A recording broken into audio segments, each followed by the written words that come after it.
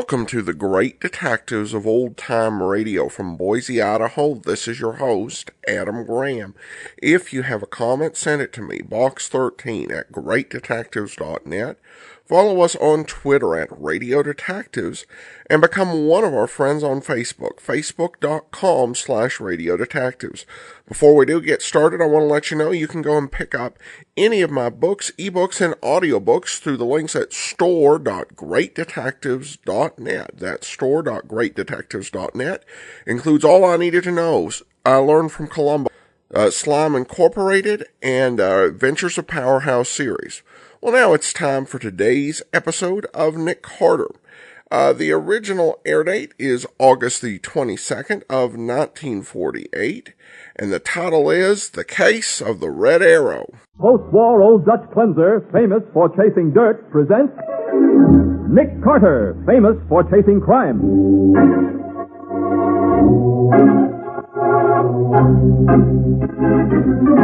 Every week at this time, two great names are joined, as new post-war Old Dutch cleanser brings you one of the most resourceful and daring characters in all detective fiction, Nick Carter, Master Detective.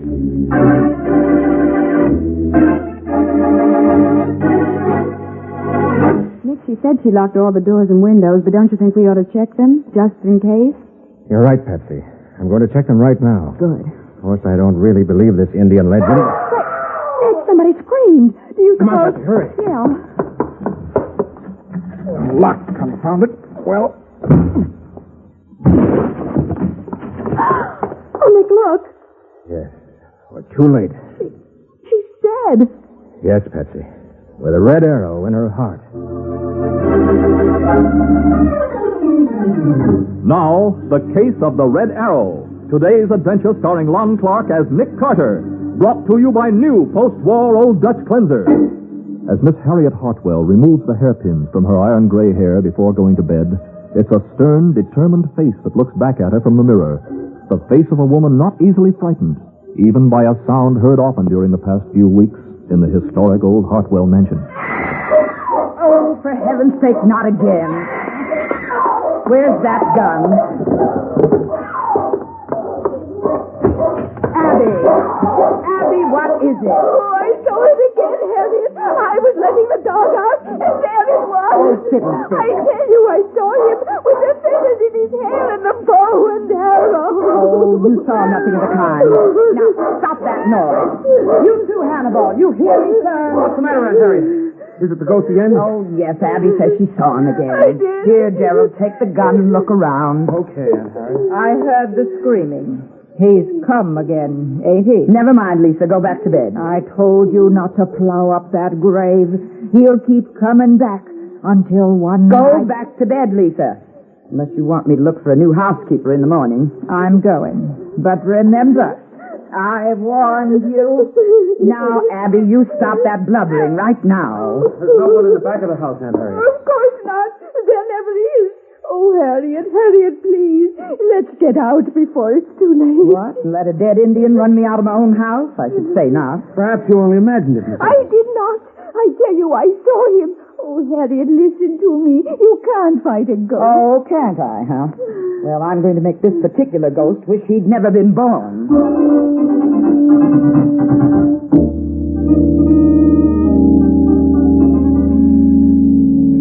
Of course, you know, Miss Hartwell, chasing ghosts isn't exactly my line. Yeah, Nick, but maybe it would be interesting for a change. Well, maybe you have something there, Patsy. Tell me about the ghost anyway, Miss Hartwell. Well, the old Hartwell place is about 50 miles up the river. I see. And when my great-great-grandfather, General Absalom Hartwell, built it back in 1815, the Indians around that section were pretty riled about it. Why? Well, because they had a burial ground on the property and they considered it sacred soil. I see. Now, among the graves was that of Red Arrow, one of their greatest chiefs. Uh-huh. And the Indians warned that his spirit would come back to avenge the insult. And did it? Well, something did. Because one morning the general was found dead in his bedroom with a red arrow in his heart. Golly. And I suppose the ghost has been appearing ever since? Well, no.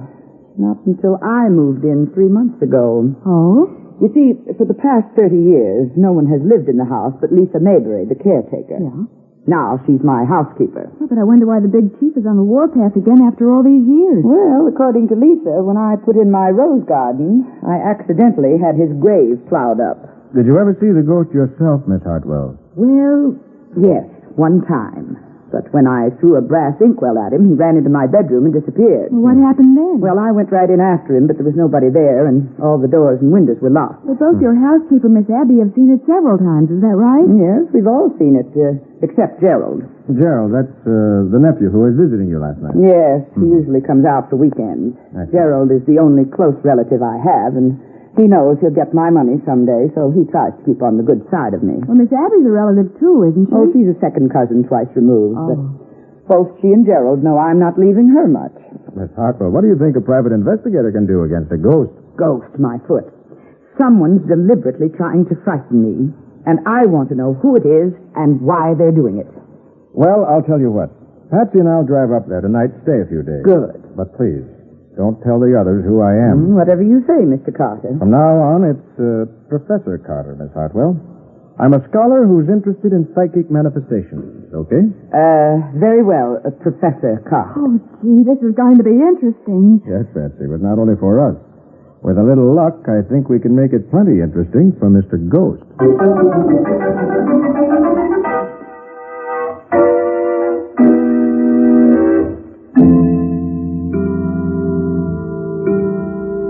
Yes, there is definitely an aura about this house, conducive to psychic phenomena. Wouldn't you say so, Miss Bowen? Absolutely, Professor. Well, it's 11 o'clock. I think I'll turn in. Yes, it's time we all went to bed. Oh, did you take the dog out, Abby? Oh, yes. Hannibal and I had a lovely walk in the garden. Did Lisa show you your room, Miss Bowen? Yes, thank you, at the head of the stairs. Oh, your room is on the ground floor, Professor Carter. I thought you'd prefer that. Well, that's very thoughtful of you. Did I tell you that the ghost has never been seen upstairs? Why, no. How very interesting. Yes, that's why nobody but Aunt Harriet will sleep down here. Well, night all. Oh, wait a minute, Gerald. I'm going up, too. I don't like to walk through the hall alone. Not after last night. Oh, Mr. Nesbitt, Yes, Professor? you say that every time the ghost has appeared, you made an immediate search and found all the doors and windows locked on the inside. Yes, every time. I happen to be here on each occasion. Oh, imagine what would have happened if we'd been alone. That's what I was thinking. Oh. Well, good night. Good night. And, good luck with your ghost chasing. Good night, Professor. Good night, Miss Bowen. Good night, Miss Abby. Mr. Nesbitt? I think I'll retire, too. Is there anything you need, Professor Carter? No, thank you, Miss Hartwell. Patsy and I'll sit here for a while and watch for our friend, the Redskin. Well, I just hope you catch him. Good night. Good night. Well, Professor, what do you think? It's hard to tell, Patsy. But the fact that the ghost always appears on this floor, and everybody but Miss Harriet sleeps upstairs, is a help. Yes, from this room you can keep an eye on the front stairway. And there aren't any back stairs. That's what I mean. They're all penned in. Even Miss Harriet herself. There's only one door to her room, and I can see that from here. What do you think of her, Nick? Miss Harriet? Oh, she's a great old girl. I'd hate to be that ghost when she catches it. That's the way I feel. Well, Lisa, I didn't see you come in. No. You and the professor was talking. Will you be wanting anything else before I go up to bed? No, thank you, Lisa. Did you lock up? Yes, sir. I tested every door and window. Not that it will do any good against him. You've lived here a long time, haven't you? 30 years. Most of it all alone in this house, just like it was my own. And there wasn't never no trouble with him till she moved in. You mean Miss Harriet? I do. Moving the furniture around, things that ain't been changed in 100 years. Plowing up the burial ground. Bossing everybody like as if she was a queen. So if you feel that way, why don't you quit? Me leave this house? No, sorry. I got more right here than she has. And I'll be here after she is gone. What makes you think Miss Harriet will go, Lisa? She'll go. Chief Red Arrow will take care of that. You mean the way he took care of old General Hartwell? That ain't for me to say. I'm going up now. Good night. Good night. Good night. Well, she's a pleasant person to have around. Wonder how far she'd go to get Miss Harriet out of here. That's what I was thinking. You know, Patsy, this place must be worth a lot of money. Yeah. Collection of Indian relics alone are the finest I ever saw. And did you see those things upstairs? Helmets, suits of armor, crossbows, antique guns. Oh, you mean the European collection? Uh-huh. Yeah, Miss Harriet said they belonged to her grandfather. Most of them are museum pieces. I've been thinking something, Nick, not to change the subject. What?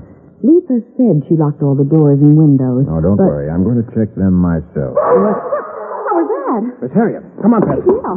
Miss Harriet! Miss Harriet, what's the matter? Oh, Nick, she doesn't answer.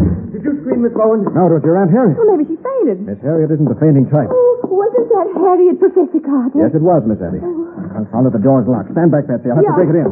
Don't you dare. I won't let you. You haven't anything to say about it, Lisa. No. Get away from there. Stop that. Get her off my back, Nesbit. Get that. Carter, now, calm down, Take Lisa. your hands off me. Down there. Calm down. Oh, Professor, it's Harriet. Oh, Nick, she's dead. Yes, Patsy. With a red arrow through her heart.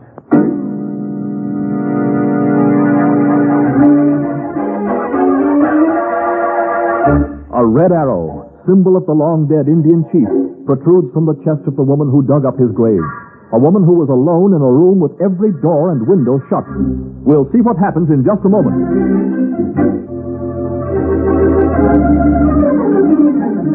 Now back to The Case of the Red Arrow. Today's adventure with Nick Carter, brought to you by new post-war Old Dutch cleanser. Only a moment has passed since Nick broke into the locked bedroom to find Miss Harriet lying on the floor with a red arrow in her heart. There's only one door to this room, and the killer didn't come in or leave that way.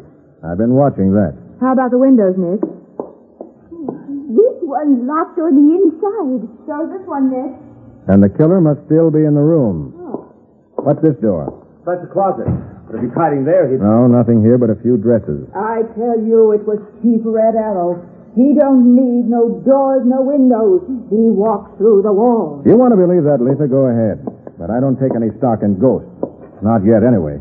Really, Professor Carter, that's an odd remark for a man who says he's interested in psychic phenomena. I'm a private investigator, Nesbit. A detective? That's right, Miss Abby.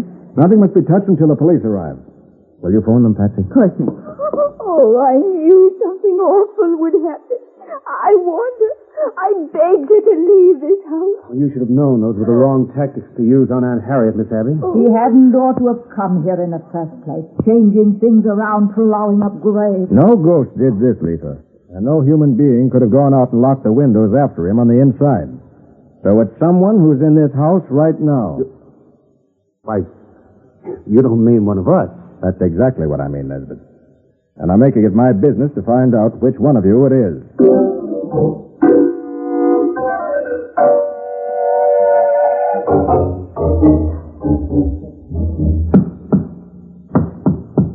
You expect to find a secret panel in the wall, Miss Carter? Could be, Sheriff. They all sound pretty solid. Oh, but Nick, secret panels. You don't find those things in real life. Not nowadays, Miss Bowen, but this house is 133 years old. The Sheriff's right, Patsy. But there doesn't seem to be any panel in these walls. You know, Miss Carter, maybe what we ought to look for first is motive. Yeah. Well, first there's Lisa. She certainly resented Miss Harriet's being here. They all had motives, Patsy. Except Miss Abby. Even she might have hated Miss Harriet. Couldn't have been too easy living here as a poor relation. No, but she could always leave if she wanted to. Yeah, how about money? Miss Harriet was rich, and if Miss Abby thought she'd be the heir... No, Sheriff. Miss Abby knew that practically all the money goes to the nephew, Gerald Nesbit. Nesbit, eh? Yeah. Uh-huh. And Gerald Nesbit is the only person in the house who never saw the ghost, even though he says he just happened to be here every time it showed up. That does look suspicious. Yeah. But just now, I'm interested in this arrow. Yeah, looks like a homemade job. No stone arrowhead tied under a new shaft. Taped on, Sheriff.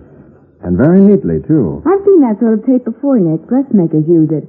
You can get it at any dime store. I know, Patsy, but it's the way the tape is wound down that interests me. Huh? A very distinctive design. Yes?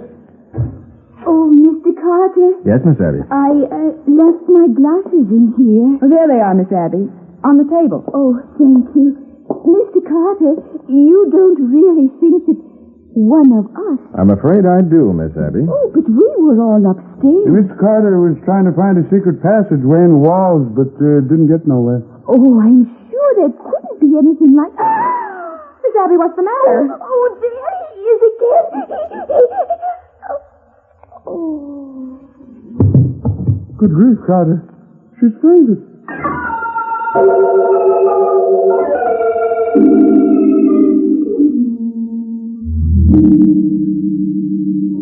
Here, Miss Abby. Drink this. Oh, thank you.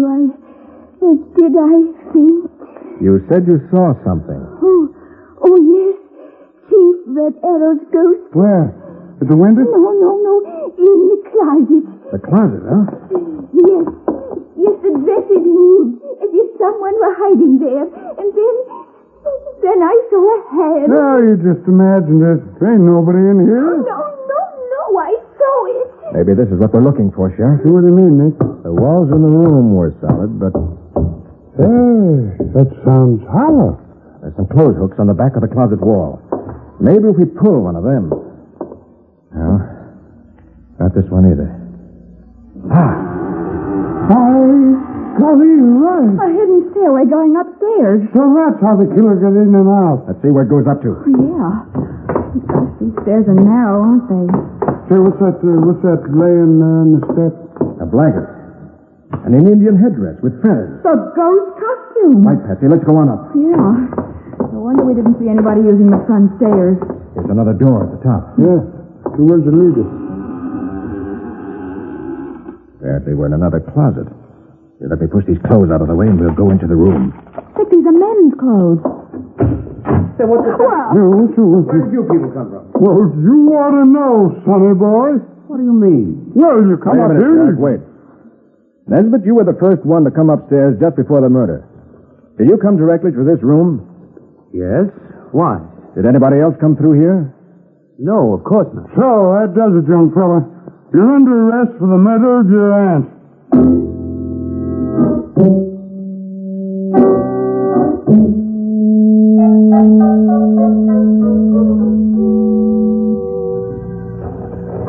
Well, I'm blamed if I know why you wanted me to come back out here this morning, Nick. I want to take a look at the outside of the house, Sheriff. Huh? Now, these are the windows to Miss Harriet's room. Yes, what? Letha's room is on the other side of the house, the back. Miss Abby's windows are directly above here. And that's Nesbitt's room, above and to the right. Well, what difference does it make? We know he did it, and we got him safe in the county jail. Yeah, it won't hurt him to stay there for a day or two. It'll throw the real killer off guard. Darn it, Nick. Nesbitt's the killer. Those hidden stairs were the only way into Miss Harriet's room. Yeah, that's right. And nobody but Nesbitt could have used them at that time. He admitted it. Right again. So the arrow must have been shot from outside the house. Through those locked windows? Not necessarily. Here. Look at this tree, Sheriff. Yeah. It's right in front of Miss Harriet's window. Not 6 feet away from them. Well, if you think one of the women climbed down that tree from upstairs, you're crazy. That isn't what I'm driving at. Here. Take a look at these marks on the inside of the place where it forks. About 5 feet from the ground. Yeah. That's funny. The tree forks 3 ways. And something's been pressed into the bark inside its fork. Yeah. Something's been wedged firmly between those 3 forks. And recently. Right. Well, you can tell that those marks are new. Sheriff, did you ever see a crossbow? Crossbow? What's that? A medieval weapon with a stock like a shotgun. And a bow mounted crosswise on the front end. Oh, sure, yeah. More powerful than an ordinary bow. And it can be aimed more accurately. Well, yeah, there's one in the collection upstairs. After it's cocked, you pull the trigger to shoot the arrow. That's the weapon I mean. Oh, then you think that crossbow was wedged in the fork of this tree pointing into Miss Harriet's room? I wouldn't be surprised. Could easily be pulled loose from the tree fork and hauled into an upstairs window with a strong cord. And a cord around the trigger could pull the trigger by remote control. Well, maybe so, but still couldn't shoot through a closed and locked window without breaking it. You can't get away from that, Nick. Maybe not, Sheriff, but I'm doing my best. What are you two fooling around out here for? Suppose I ask you the same question, Lisa. Isn't it time you were getting dinner? I'm doing the washing. Miss Abby always tends to the cooking on wash day. I see. That girl you brung with you is helping her, if you're interested. Looking for something, Lisa? I'm looking for my clothes prop, that's what. Somebody moved it. Wait a minute. Can't hang up my clothes. Clothes prop. That's a pole about 7 feet long, isn't it? Well, yeah. It's used to prop up the clothesline and hold the clothes off the ground. Here it is. Now, how in the name of common sense did it get around here in the tall grass? Here, let me see that. I tapped the one that threw it out here. Never mind, Letha. I'll catch that person for you. Come on, Sheriff. I've got the answer now.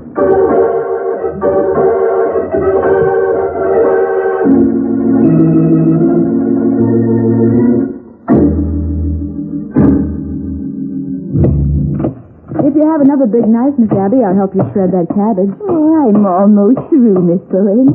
But if you'd like to take a look at the soup, I better get a long spoon to stir it with. there's one in the drawer of the cabinet over there. Thanks. This one that's been mended? Yes, the handle came loose and I put some tape around it. I'm very good at fixing things. What? Well, that's the same kind of tape that was used to make the arrow What did you say? Well, the way this tape is wound around the spoon handle, that complicated way, that's the same as what was on that arrow. I wish you hadn't noticed that, Miss Bowen. It was you. You, Miss Abby. Yes, Miss Bowen. It was I. But you had no reason to kill her. No reason. How would you like to be a poor relation, always taking orders, watching her buy the best of everything, and having to get along with nothing yourself? I made up my mind that I was going to have nice things, too. What? You killed her for the money? But surely you know that practically everything goes to Gerald. Not if he's convicted of killing her, it doesn't. What? The law doesn't let the murderer profit by his crime. And I'm the only other relative Harriet had. I'll get it all. Maybe you would have, but now You won't tell on me, Miss Bowen. What? You won't ever tell. Miss Abby, put down that knife. No, Miss Abby, please.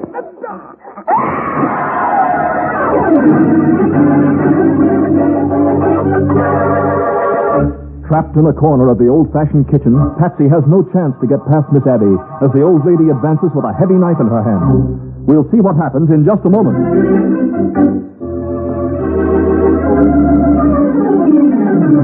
And now, the conclusion of The Case of the Red Arrow. Today's adventure with Nick Carter, brought to you by new post-war Old Dutch Cleanser. In the kitchen of the historic Hartwell mansion, Patsy is alone with a murderess with a heavy knife in her hand, who advances slowly as she says, You won't tell on me, Miss Bowen. What? You won't ever tell. Abby, put down that knife. No, Miss Abby, please. If you don't mind. No, I'll kill you, There you are. I'll kill you. All right, Miss Abby. Be a good girl. Let go of me. Might hurt yourself if you try to pull away like that. All right, I've got the knife, Sheriff. Hold on to Miss Abby, will you? Sure will. Nick, she did it. She killed Miss Harriet. I know, Patsy. The sheriff and I were just coming in to arrest her. And she wanted Gerald to be blamed. That's why the ghost never appeared unless he was here. Oh, it was you who paraded around dressed up like old Chief Red Arrow, was it, Miss Abby? Very well, I'll admit it. Yes. Got the idea when Lisa warned Harriet that the chief ghost would come back for revenge. And when I discovered that secret stairway, I knew just how it could be done. Yes. That stairway to Gerald's room made it appear that he was the only person who could have shot Miss Harriet from inside the house. When actually you shot her from outside the window. But, Nick, how could she do that? A crossbow, Patsy. What? Wedged in the fork of a tree outside the window. Fired by pulling a string tied to the trigger. Then quickly pulled up into Miss Abby's own room with a cord tied around the stock. But I don't see how in the world. The arrow was aimed at the center of Miss Harriet's window. When Miss Harriet opened the window for the night, the light inside the room threw her shadow on the tree trunk outside. Oh, And that's when Miss Abby pulled the string. what a setup. Hey, what if we hadn't found that secret stairway, though? Then there wouldn't have been no evidence against Joe. You almost didn't find it, you idiot. What? Even after I put the blanket and headdress on the stairs for you to discover. So I had to pretend I saw something there, so you'd look closer. Well, Miss Abby, I got a nice cell waiting for you down in my jail. Awful sorry there ain't no secret panel for you to monkey with. But I guess you'll make out somehow.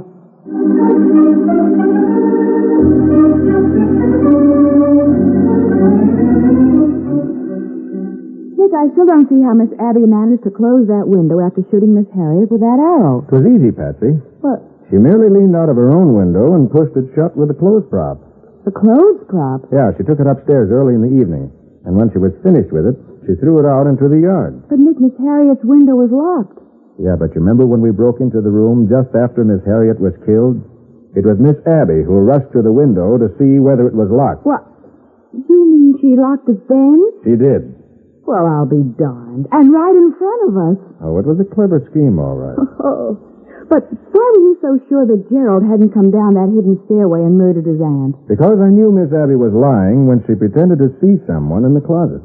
How did you know? Because if anyone had come into the closet from the hidden stairway, the secret door would have creaked so loudly that we couldn't have missed hearing it.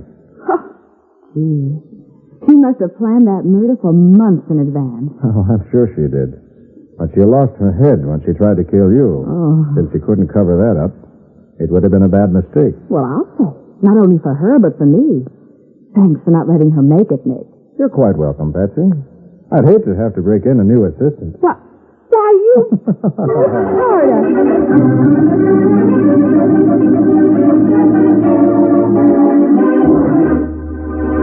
Can you tell us something about the adventure new post-war Old Dutch cleanser is going to bring us next week, Nick? Indeed I can, Mike. Next week we're going to meet a brand new version of an old horse and buggy racket. It was so streamlined that it murdered 3 people. And the only clue to the solution was the fact that a lot of people suddenly started wearing new glasses. Well, that certainly sounds interesting. What do you call the adventure, Nick? I call it The Case of the Failing Eyes.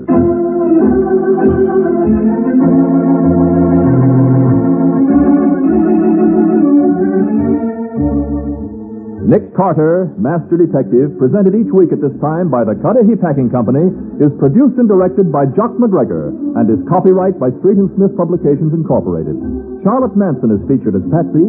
Today's script was written by Jim Parsons. Original music is played by Henry Silverne. This program is fictional, and any resemblance to actual persons, living or dead, is purely coincidental.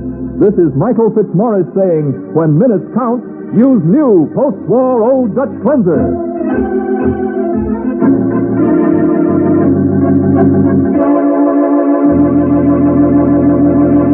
This is the Mutual Broadcasting System.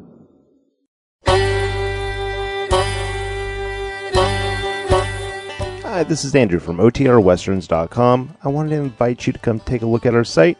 We stream live OTR Westerns 24 hours a day, 7 days a week, along with putting out podcasts of old-time radio westerns. Check us out at OTRWesterns.com. You're listening to The Great Detectives of Old Time Radio with Adam Graham. Now let's get back into the show.